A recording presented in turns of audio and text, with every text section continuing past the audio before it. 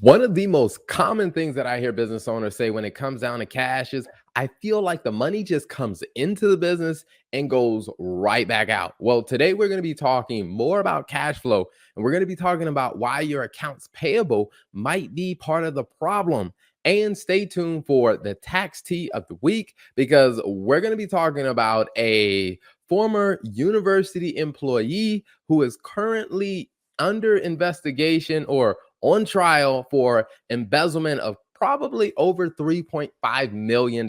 So stay tuned for today's episode.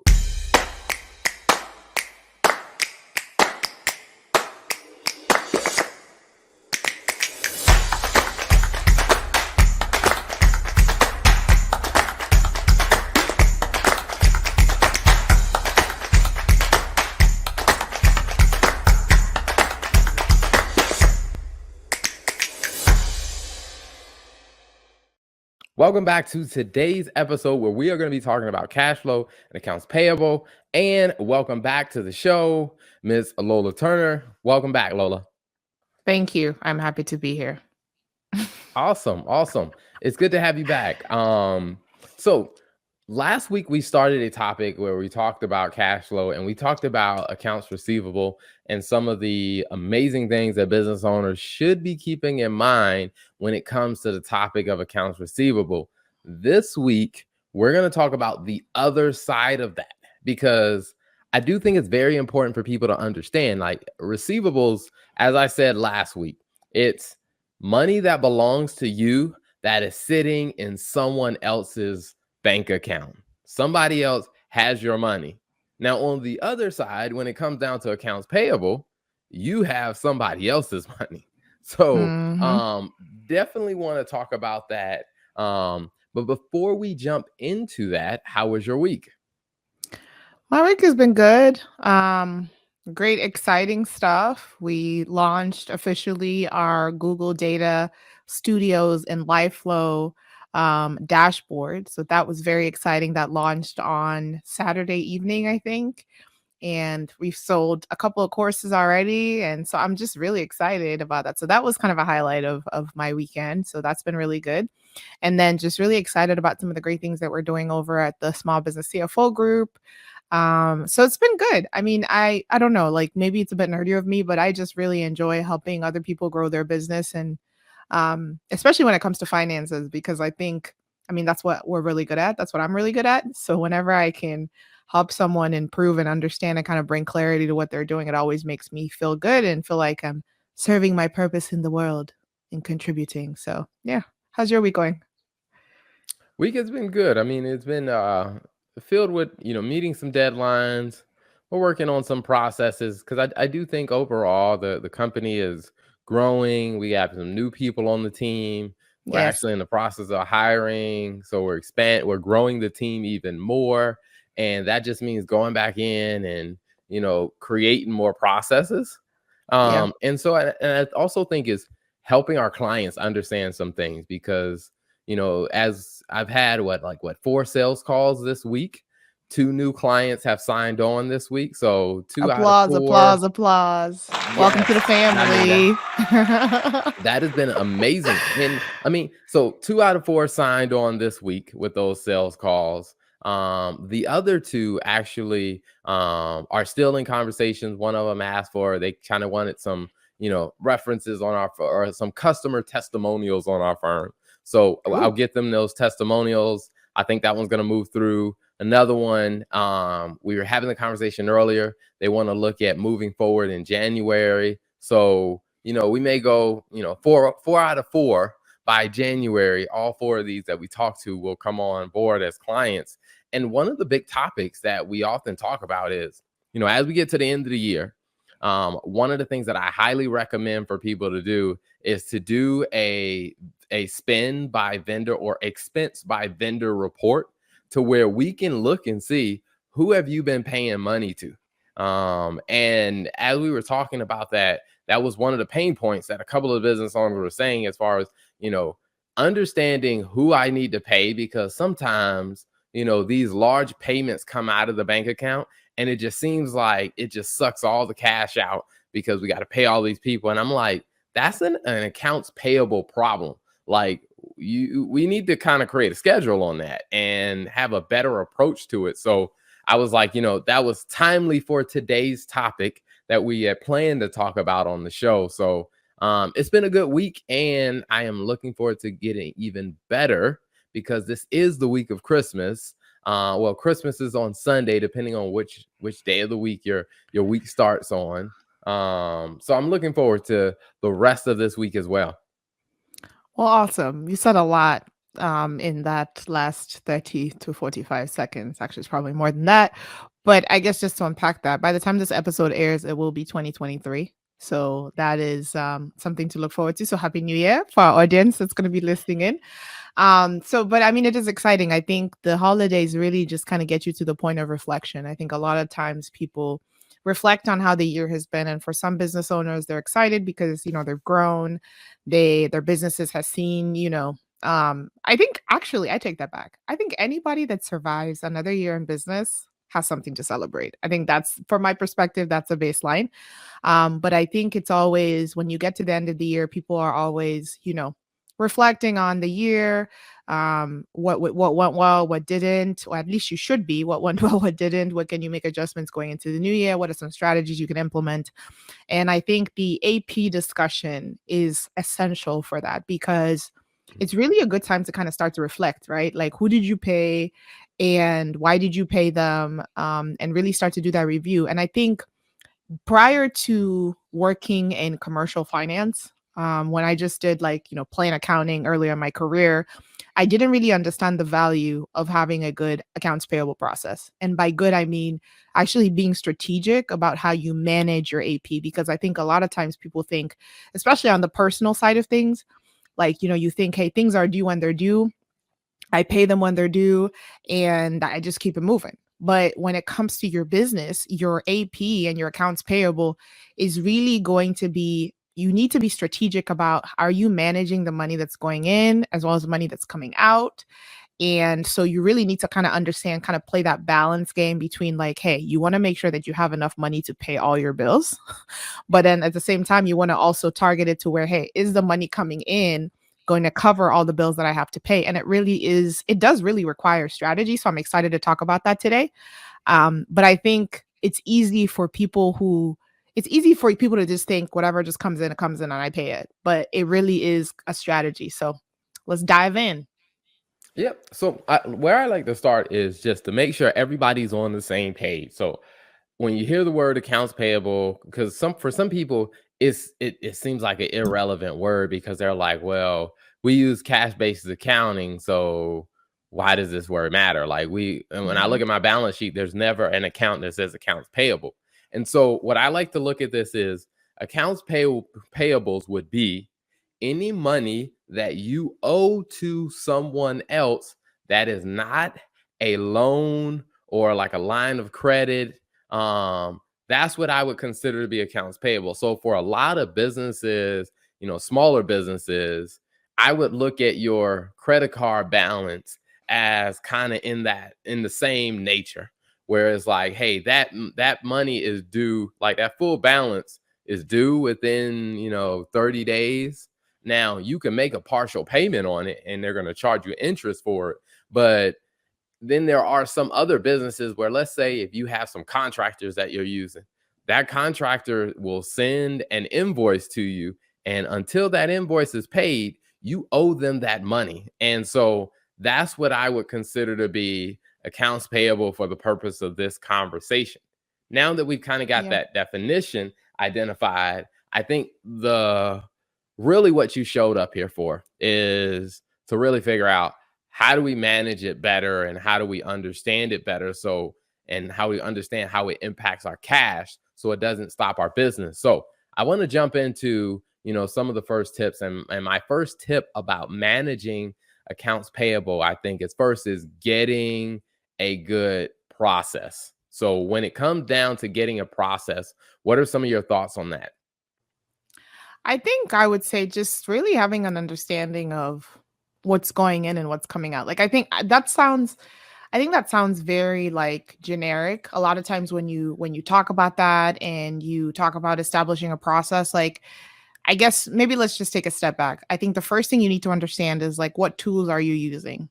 Like, right? Like when we were talking about accounts receivable, we talked about making sure that you have the right payment or the right AR tools that make it easier for your customers to pay you quicker. I think the same thing applies with your AP, right? So like how are you tracking your spend? How are you tracking what comes in and what's expected to, I guess, what invoices come in that you owe money to someone else for, and the timing of when those need to be paid. So I think as a baseline, first of all, understand what tools you're using and how do you leverage those tools to kind of put you in a position where nothing falls through the cracks. So I would say that's one thing on my end. Anything else you can think of? Yeah, I mean, I do think for some of our clients, one of the things that we started doing with them is we looked at their historical spending habits and we saw identify all the vendors that would look like they were routine. And I mean, I was literally doing this last night with a client for a client where we went through and we identified all the vendors that they pay on a very consistent basis. And then what we did is we created a simple list and said, okay, what day of the month is this bill due? Because we know that Mhm. they're going to pay it every single month. And then at the beginning of the week, we can send them an email and say, hey, you have this much cash in your bank account today. Here are the expenses or the payments that you're going to have to make this week. Here are all the vendors you need to pay. Here's the amount you have coming out for payroll. This is what's going to happen this week.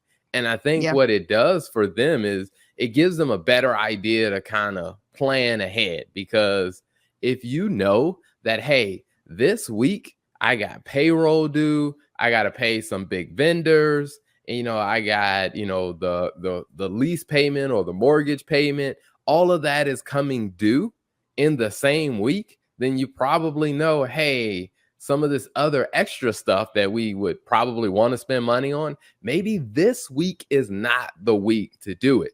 Maybe we Yeah. need to push that out a week and stuff like that. So I think of, as part of developing that process is understand first, what are your regular payments that have to be paid and what's the schedule for that? Because I think once you get a schedule for that, then how are you checking what's in your bank account versus what has to go out this week? That's good, and I think, this comes back to the strategy part, right? Because I think sometimes people hear strategy and they're like, "Oh my gosh, it has to be this whole complex situation," but, like, simply just downloading or in our case, refreshing your spreadsheet of, "Hey, this is Mhm. what the expenses are. This is." I mean, end of the year is a great time to do this. What did I spend my money on? Identify what you spent your money on, when do those payments come out, right? When do I usually get paid by my customers? Because it's going to quickly tell you, do I have a gap? Because a lot of times business owners feel like, or they don't feel like, a lot of times business owners are like, oh man, like I just never have enough money. Like I'm always having to put money from my personal expenses into the business. Or for my personal account into the business to cover expenses. I just seems like I'm always running out of the money, out of money. And the reason for that is because you don't really have an understanding of when payments are expected to come out, or you don't have a proper alignment. It could be both between when your money is coming in and when your money is going out, like when you're getting paid and when you have to pay other people. And I think the reason this is important to know, Terrell, is just like because we've seen it, like even for the property side, properties that we've managed, where the customer will give you or the company will give you an option of when you want the mortgage payment to come out. Like that's a perfect time for you to negotiate and say, hey, if I know I'm collecting payment from my customers by the 15th of the month, then I should probably try, if I have the option, to defer my large expenses to come out after that period. Because what that helps you do is build a buffer, like you said, where if you know that you're expecting your larger payments or larger outflows of cash at a certain period in time, then it'll allow you to put yourself in a position where you have enough cash coming in the door to be able to cover those expenses. Mhm. Yeah. I mean, and I think that one, I'll hit on that one a little bit more because I think that is a really, really good tip that we'll definitely revisit on kind of just that timing factor. But I do think, with that process, I will say is if you're a business owner and you have a bookkeeper, is get your bookkeeper involved with like, hey, can you help us build out what our schedule for regular payments look like? They should be able to Mhm. look at your historical data and create that. Now, depending on what your monthly fee you're paying them, maybe they can do a weekly email where they tell you, hey, here's how much you have in cash. Here's what has to come out this week. That way you can kind of plan ahead on that, and you kind of get a better view and a perspective on that. Because there may be different things that you need to invest in, but you need a process for getting visibility to what's going on. Like, you got to understand what's the picture of your, your current cash, what's got, and what else is going to come out. If you don't get that picture, I don't think you can really move on to some of the other more valuable things. And I do think, to the point where you talked about, like, when it comes down to strategy, I will say I do think a lot of people do overcomplicate strategy. Because one of the things that I realize, and I was guilty of this before as well, but in leading the TL Turner Group and leading our team with our employees, and even with some of our key vendors that we're working with and stuff, and working with the clients, is I realized, like, I just don't have the luxury of making things complicated. And maybe it's just that, hey, I'm just I'm not a complicated person. And it's just like, I feel like I can't afford to make it complicated, to where I do think when it comes down to strategy, I always tell people is, how do we boil this down to the simplest course of action possible? Because I'm like, if it's complicated, either you aren't going to do it, and I definitely know your team isn't going to do it if it's complicated. So I always say is, boil it down to something that is very simple. Then you probably have a greater likelihood of moving forward if you can boil it down to something simple. And I think that is a simple step. Get a schedule for what you need to pay on a regular basis, and then at the beginning of every week, look at your cash balance, and then look and see how much money has to go out this week. What other stuff can I put on hold and stuff like that? Yeah, no, Now, that's good, with and I was just gonna say one more thing, that I think this is something that we've even showed in we've done as a session, a work through session in our small business CFO program. Make it just to make it as easy as possible. We've said, even just take day 1 to day 30 or 31, however many days there are in that month. Have a column that shows your inflow, have a column that shows your outflow, right? Like, just go through the dates and say, hey, what's due on what date? When do I get paid on what date? And so one column shows basically money you owe, and then money you're owed on the other column. And so you just go in and you basically put, hey, on the first, as an example, on the first, rent minus $100. I know, or let me give a realistic number, minus $1,500 for rent.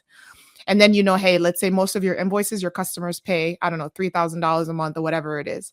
Okay, so $3,000 a month paid, maybe the third of the month or the fifth of the month. You can account for a lag, and if you have some customers that pay late. But that way you can actually see at any point in time, like, where's your cash balance? You start with your cash balance as a starting point of what's in the account, and then you just walk it out like that, like that. So I think a lot of times, to your point, Terrell, it is overcomplicated, and it really doesn't need to be. It can be as easy as that. And I think us walking through it that way in one of the sessions, I think it really helped kind of people to visualize it when we did it that way.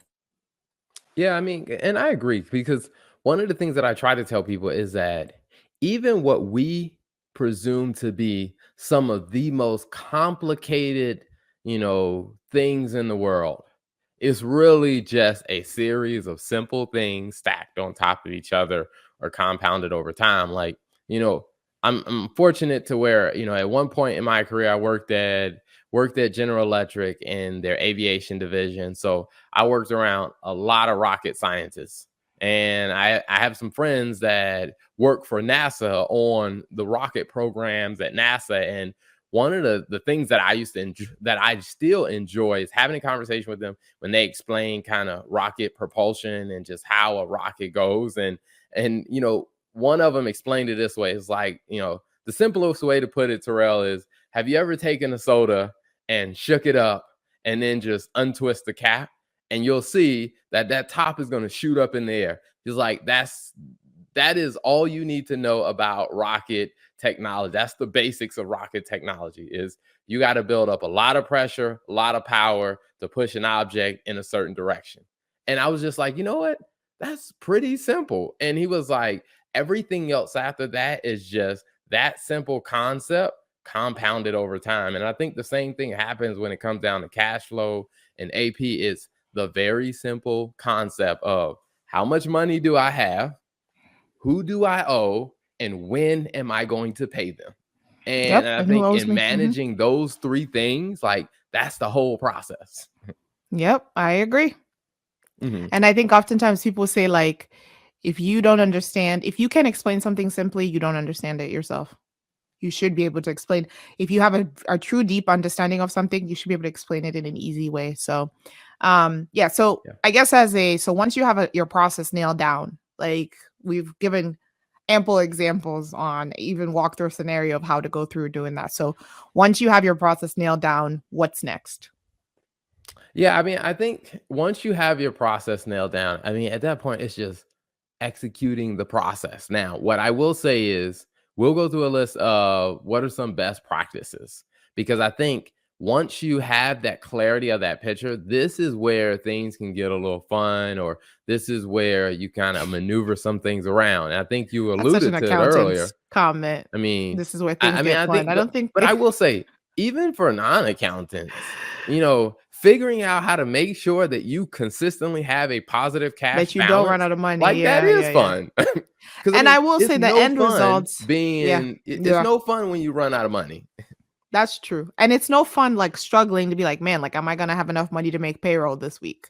No one wants to do that. Like, no one likes that Yeah. feeling. So I guess if you have a handle on it and you know, oh, okay, it's looking a little red. I need to do something about it. It's better to have the indicators and know you need to take action than be caught off guard and be surprised. Because I think no one likes that. So Yes. that's fair. So it is fun. I would agree in Yeah. that sense. Yeah.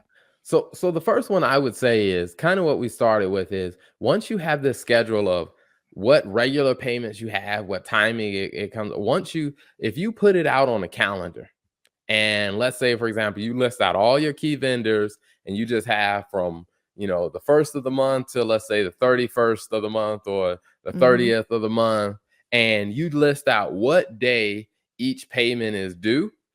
Once you look at that, you'll start to see that maybe a lot of your payments cluster around a specific time of month. And what Yeah. I always ask people is kind of what you were alluding to with rent is then take a step back and see, okay, can we renegotiate the timing on any of these things? Hmm. Because if you notice that all of your payments come out on the 15th, maybe that's not the best time for you to be making that many payments or to Yeah. have that much cash go out.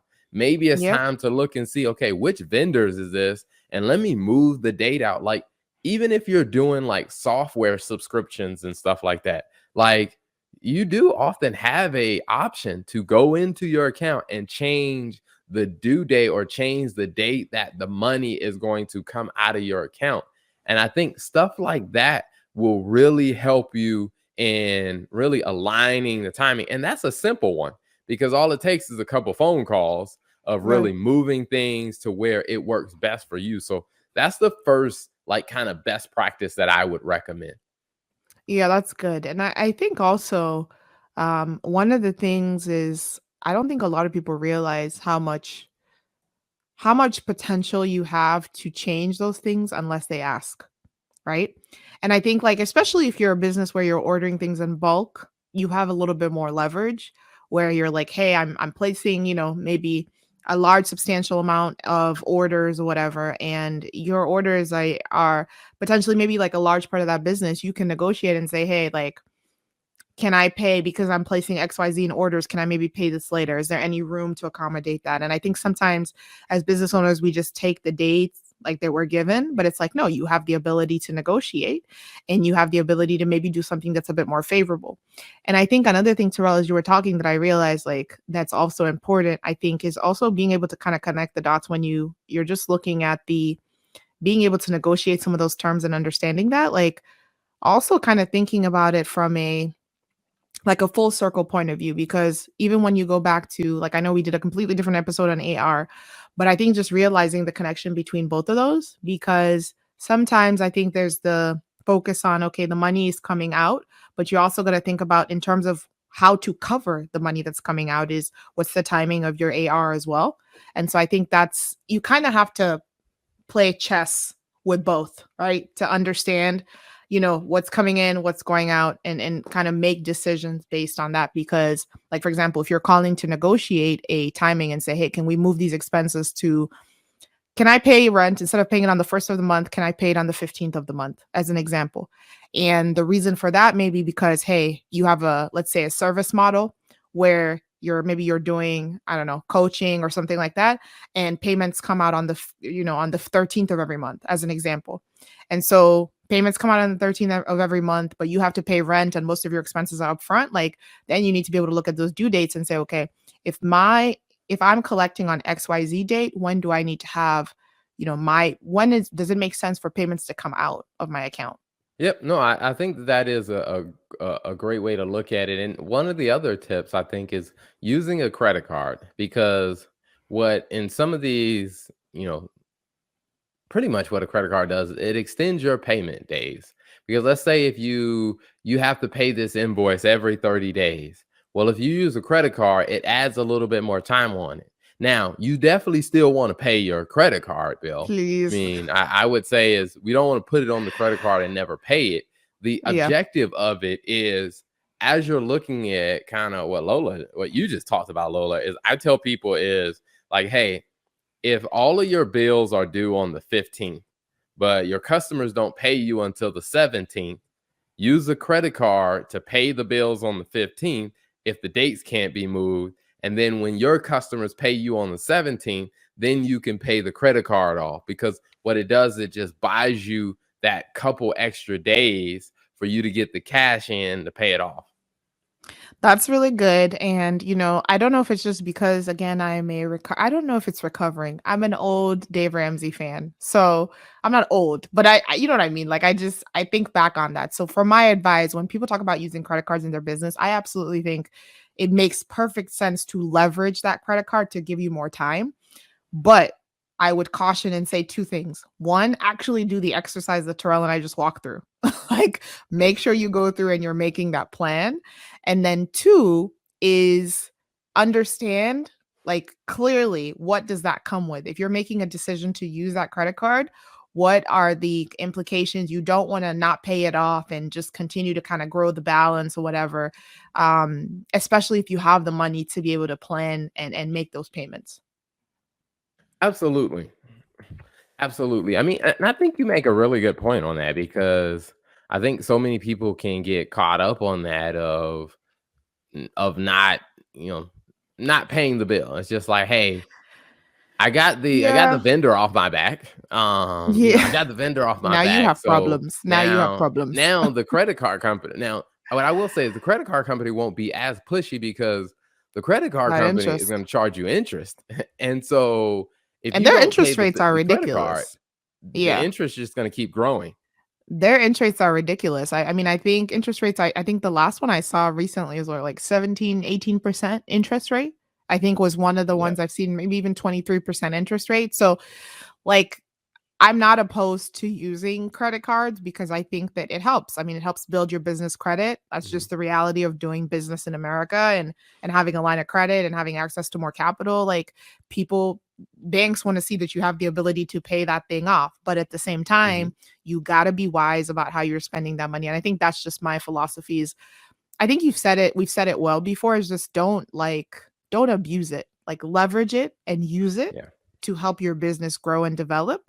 But don't use it as a crutch, and, I guess, to avoid you from actually doing what you need to do.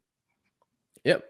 And I think Yeah. another piece, or I could say a best practice is I think you got to rank your vendors, because I think Mm, you do need to look and see who are all the vendors that I'm paying, which ones are essential to operating my business, that's like good. which ones are the more important ones, because as you go through that list, even for us, when I went through that list for the TL Turner Group, and I looked at, hey, who are all the vendors that you and I are paying? And I'm just like, all right, we don't need to pay this person, or hey, these three vendors are critical because, like, hey, we depend on this software to work. We need Right. that to Right. work. We depend on this vendor or this third party to do X, and this one to do this. And so we needed to keep those relationships strong. And I do think a lot of business owners don't really they don't really look at it that way. They're just like, hey, they treat all their vendors equally. And I'm like, well, one of the things Oh, that I can say as a business owner, I'm just like, do you treat all your customers the same? Or let's say yeah, if there was a customer that made up 15% of your business, would you treat that customer the same as somebody who just walked in for a one-time service or a one-time product? It's just like you would treat them yeah, differently. And I do think that people miss out on a lot of opportunity when they're not communicating with their vendors and they just kind of ghost them on the bill. And then their vendors get upset. Their vendors start sending emails or their vendors start yeah, threatening, like, hey, we're gonna cut you off. But I think yeah. if you were in communication with, your vendor would probably be like, hey, I understand where you're at, I understand what's going on, I can give you a little bit more grace. But when you just ghost them, I think you're kind of burning a bridge. Okay, so I when you said this, I thought about something that I think a lot of people don't talk about. And what that is the fact that, especially maybe if you're earlier on in your business or you're just struggling with cash flow period, to where, let's say maybe you're not really selling like a recurring service, let's say you're selling products and some months are better than others, right? So if you're in the sage, like, I think that exercise you just mentioned is really good to do if you run into a situation where the money that's coming in is a lot less than the money that needs to go out. Right? So, like, you might run into situations where some months, like, I think COVID was a perfect example of that, or just slower months, right? Some businesses are more seasonal, and hey, the summer is a really good time for them, and then when the weather starts to get warmer, they have or colder, they have months that are slower than others, but you still have to pay rent. Like, you still have essential expenses. And so I think at that point, Terrell, like, when you said that, I was thinking to myself, I'm like, all right, then at that point, that vendor list is even more important than not, because Yeah. you need to understand, like, to who can I not afford to skip paying? Like, if I only have a fixed amount of money this month and my cash flow is looking a little bit tight, and let's say I don't have the opportunity to maybe go take from my personal funds and put it back into the business, like, who do I need to pay? Who do I need to pay to keep the lights running, and the business running? And I think that vendor list you just mentioned is going to be extremely important. And I don't think people are honest enough. Like, I personally haven't heard anyone really talk about that, but I think there are going to be situations for some business owners who it's like, man, like, my business is suffering or my business is going through challenges right now. How do I navigate the AP situation? And I think that vendor example that you gave is such a great way to do that, because it really helps you understand, like, who's a priority and who do I have to negotiate with? Because we're not saying, like, be quiet. I think that's also another factor, is like, don't be quiet and just avoid people Mhm. if you owe them money, right? That's a good opportunity to kind of have a discussion and say, hey, you know what? Like, my business is going through this right now. Can we come up with a payment plan or some sort of agreement for me to settle this? Yeah. Because that's a lot better than just ghosting them. So I think that's a I really good agree. point now that you actually mentioned that. And Yeah. and I think even, as we're, a lot of business owners listen to this show. And one of the things that I learned as a business owner is, as much as I think about this with the vendors for our company, I also recognize that we are vendors to other people's company. Exactly. And I want to make sure, like, I wouldn't want our customers to just go quiet and ghost me if they have an outstanding invoice. I mean, Right. because then that causes issues for us. Now, like I said, thankfully, like I said, from the start, we've built up a buffer to where, hey, there's enough cash there. So where if things happen, where, like, now, I mean, we're good because we're constantly in a cash flow positive position. And we're strategically timing things. Like, when you spend 10 grand on a commercial and filming content, you spend another 10 grand on a marketing plan and strategy. I mean, you're spending another 2 grand in the recruiting and hiring process, to where it's just like we're strategically moving those things around and keeping in mind that, hey, with our customers, let's make sure we're having continual touch points, because if their cash gets tight, we want to know, because one of the things that I do recommend for business owners to do is, if you know your cash is getting tight and I'm like, you can't pay your vendors, maybe have a discussion with your vendor of scaling back some of your services. Because Mhm. there was a client of ours that, they were paying us 1,500 a month. As their accountant, I can see what's going on with their numbers. I was like, hey, let's scale this back. Instead of us meeting on a weekly basis, let's scale this back and let's give you a package that's $1,000 a month. That way, it frees up $500 in your budget to invest in other areas you need to invest in. But we can still support you. It just won't be to the same level as before. And I Yeah. think, as a business owner in general, I think if you do business to business kind of transactions, you have to recognize that you're somebody else's vendor, and you might have to get the same tips we're giving you, they might be using with you. So it's like, as we're telling them, like, hey, renegotiate your terms, your customers.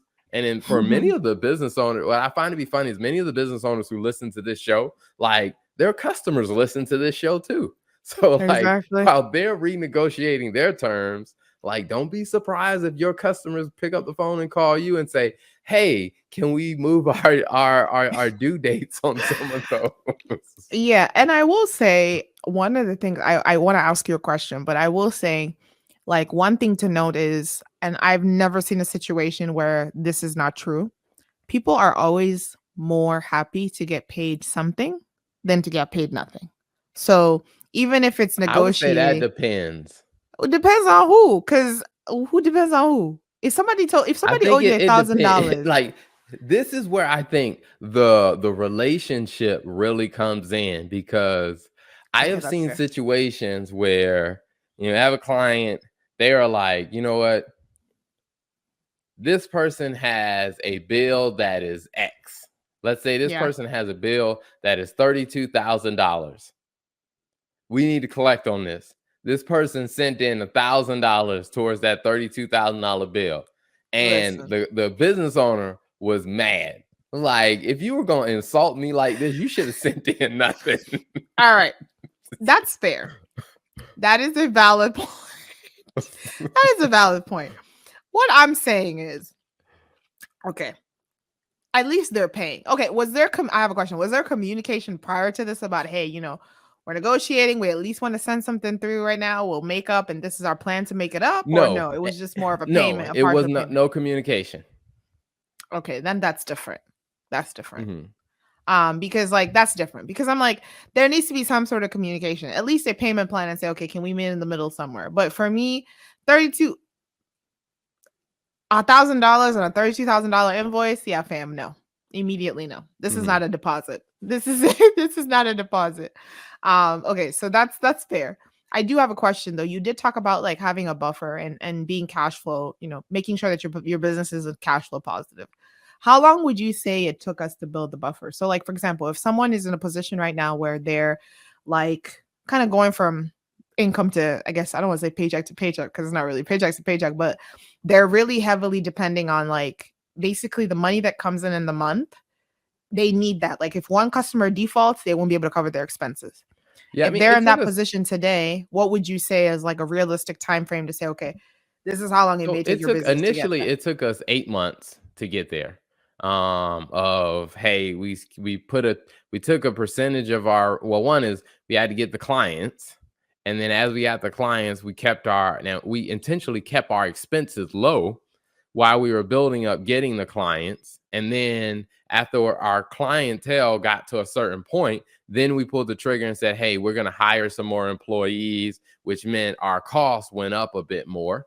Mhm. Even now, I mean, we already have what, four staff that we're working with. We're going to be hiring a fifth one. But part of that was, I'm like, I need to close a couple more client deals before I hire this fifth person, because I need to make sure that there's going to be enough buffer in the cash that's coming in to be able to cover their salary, or what that's going to be, and the other operating expenses of the business. So I would say is starting off, it took us 8 months.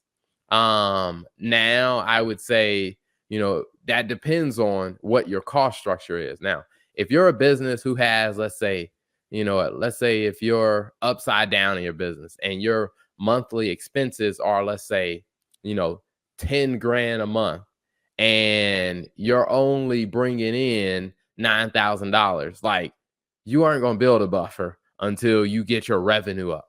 And I do Yeah. think, some people, I think some people like, unfortunately, I think some people like kind of, I don't know how I would really describe it. It's just it's not an entrepreneurial way of thinking.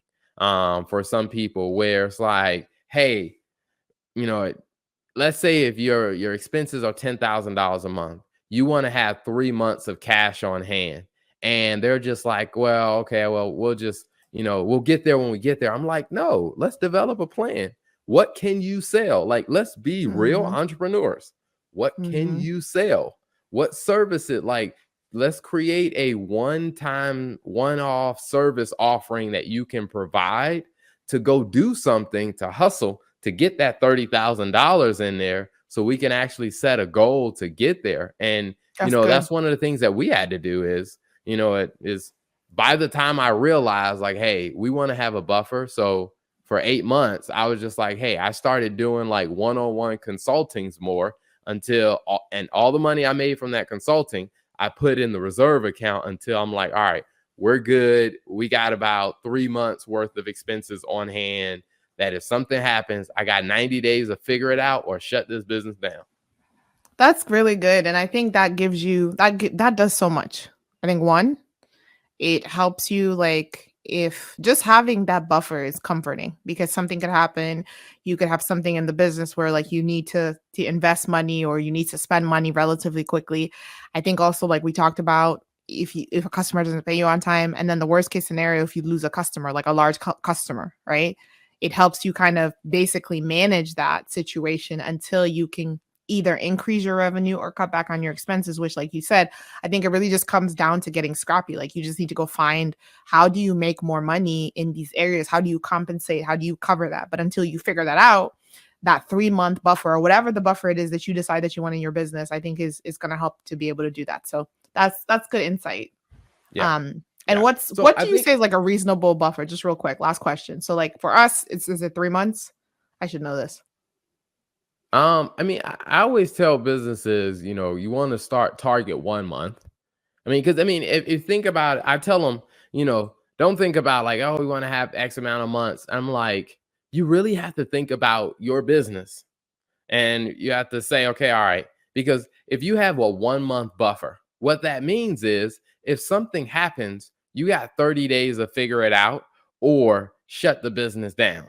Like, it's 30 days long enough? Like, when you think about the type of clients you do business with, is 30 days long enough for you to go take some action and, get some money coming into the business to keep it alive? But if your sales cycle is longer than that, let's say if your sales cycle, let's say if you lost, half of your customers today, and you had to go out and find more customers, how long will it take you to onboard them? If it's four Mm, months, then that means your buffer probably should be 4 months. that's Like, good. you need your buffer to be what's right for your type of business. For us, what I do know is, what, and to be honest with you, 3 months is longer than it needs to be.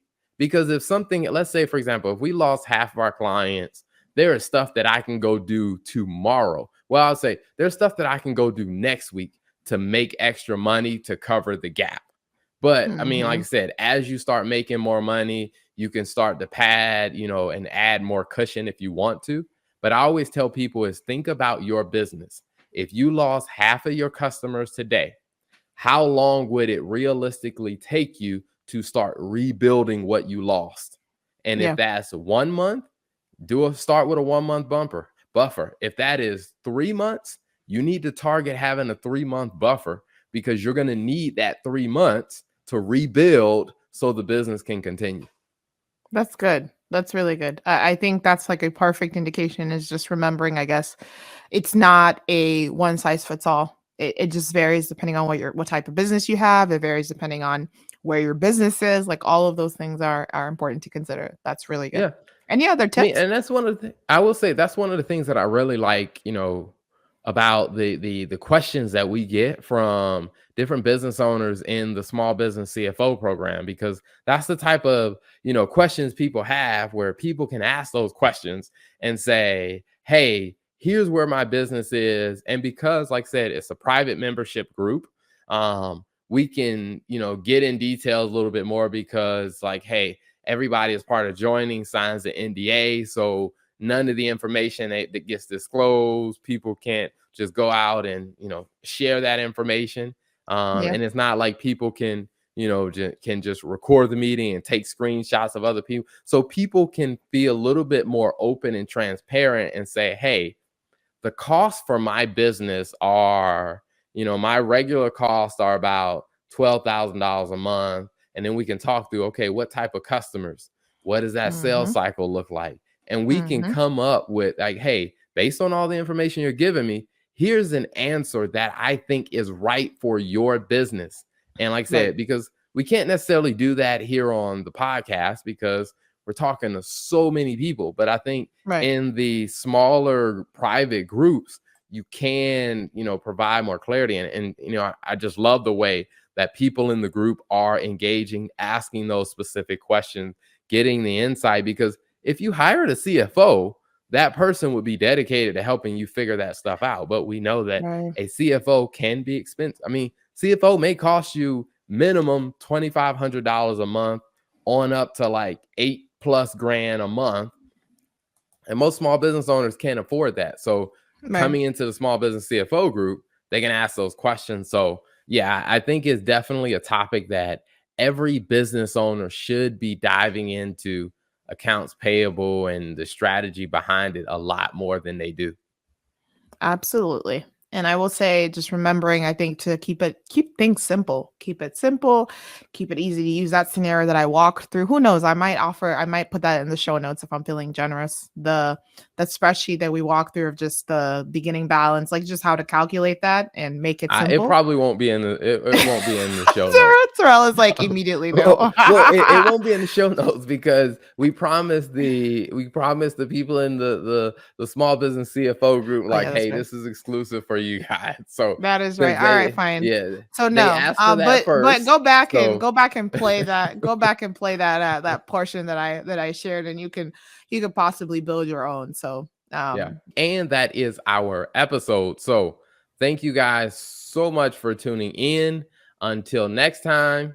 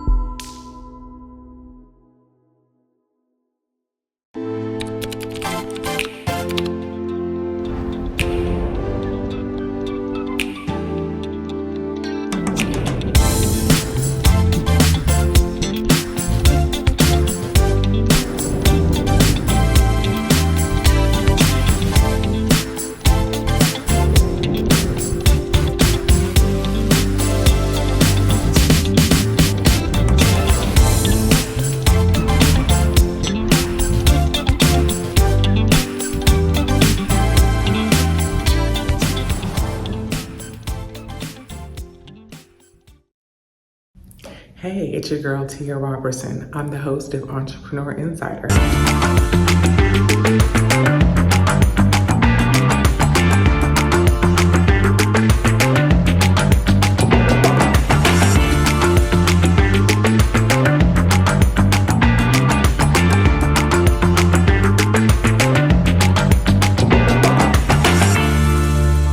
Right here on RETV every Thursday at 6 p.m. Eastern for entrepreneurs and news that you need to know about. See you there.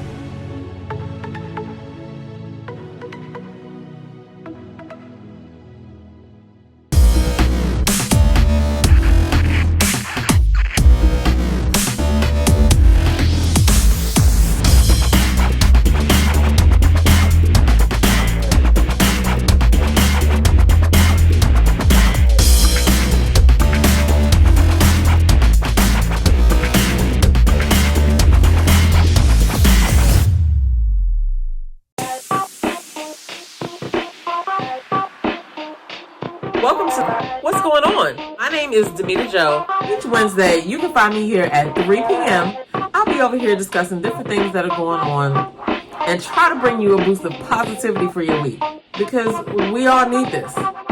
We're going to share some feel-good stories. We might find a hometown hero. We may take a look at some trending topic. And sometimes we might even find a lesson in a not-so-warm and fuzzy story if we can. I'm Demita Joe, and I'll see you guys on the next episode right here on What's Going On?